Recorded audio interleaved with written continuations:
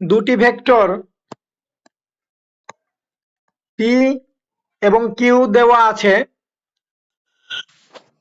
এখন প্রশ্ন হচ্ছে পি এবং কিউ ভেক্টরের লব্ধির সমান্তরাল ভেক্টর নির্ণয় করো,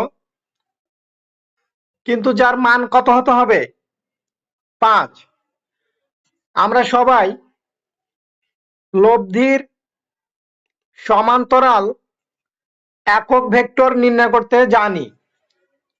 প্রথমে ভেক্টর দুইটিকে যোগ করতে হয়, তাহলে লব্ধি ভেক্টর পাওয়া যায়। লব্ধি ভেক্টরের মান দিয়ে যদি লব্ধি ভেক্টরকে ভাগ করি, তবে লব্ধির সমান্তরাল একক ভেক্টর পাওয়া যায়। যেহেতু একক ভেক্টরের মান 1, তাহলে এই ভেক্টরটাকে যদি আমি এখন 5 দ্বারা গুণ করে দিই, তবেই লব্ধির সমান্তরাল ভেক্টর পাওয়া যাবে এবং ওর মান কত হবে? 5 হবে। তাহলে প্রথম কাজ পি এবং কিউ ভেক্টর দুটিকে যোগ করা, তাহলে লব্ধি পেয়ে যাব। যোগ করলে কত পাবো? 2i - 2j + k, এবং তারপর লব্ধির মান বের করা। মান কত পাবো? 3।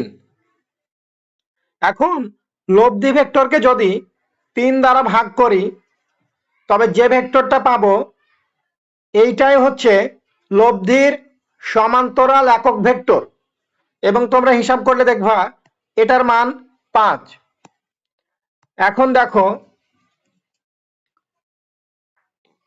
যেটা একক ভেক্টর পাইলাম ওটাকে যদি 5 দ্বারা গুণ করে দিই, তাহলে বর্তমানে যে ভেক্টরটা পাবো এই ভেক্টরটা হবে লব্ধির সমান্তরাল ভেক্টর, এবং এর মান কত হবে? 5। তোমরা এটা হিসাব করবা, এখানে 5 আসবে। দ্বিতীয় প্রশ্ন, আবারও দুইটা ভেক্টর দেওয়া আছে পি এবং কিউ। এখন প্রশ্ন করছে পি এবং কিউ এর লম্ব ভেক্টর নির্ণয় করো, কিন্তু মান কত হবে? 5।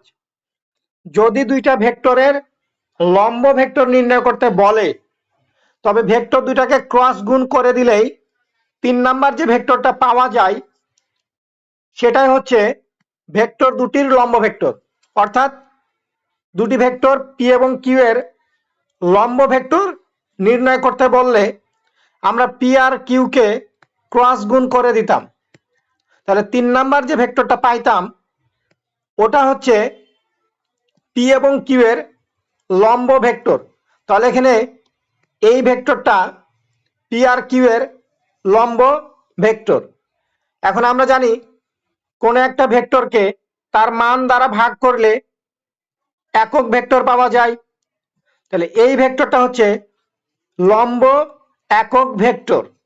কার লম্ব? যার ক্রস গুণ করব তাদের লম্ব ভেক্টর। এখন লম্ব একক ভেক্টরকে যদি 5 দ্বারা গুণ করি, তাহলেই দুটি ভেক্টরের লম্ব ভেক্টর পাবো যার মান হবে 5। তাহলে প্রথম কাজ পি আর কিউ কে কি করব? ক্রস করব। ক্রস করলে কি? এইটাই 4j 4k, এবং এর মান পাবো কত? √96। এখন এই ভেক্টরকে যদি আমি 96 দিয়ে ভাগ করি, √96 দ্বারা ভাগ করি, তবে যে ভেক্টরটা পাবো এটা হচ্ছে পি আর কিউ এর লম্ব একক ভেক্টর। তাহলে এইটা পি আর কিউ এর লম্ব একক ভেক্টর।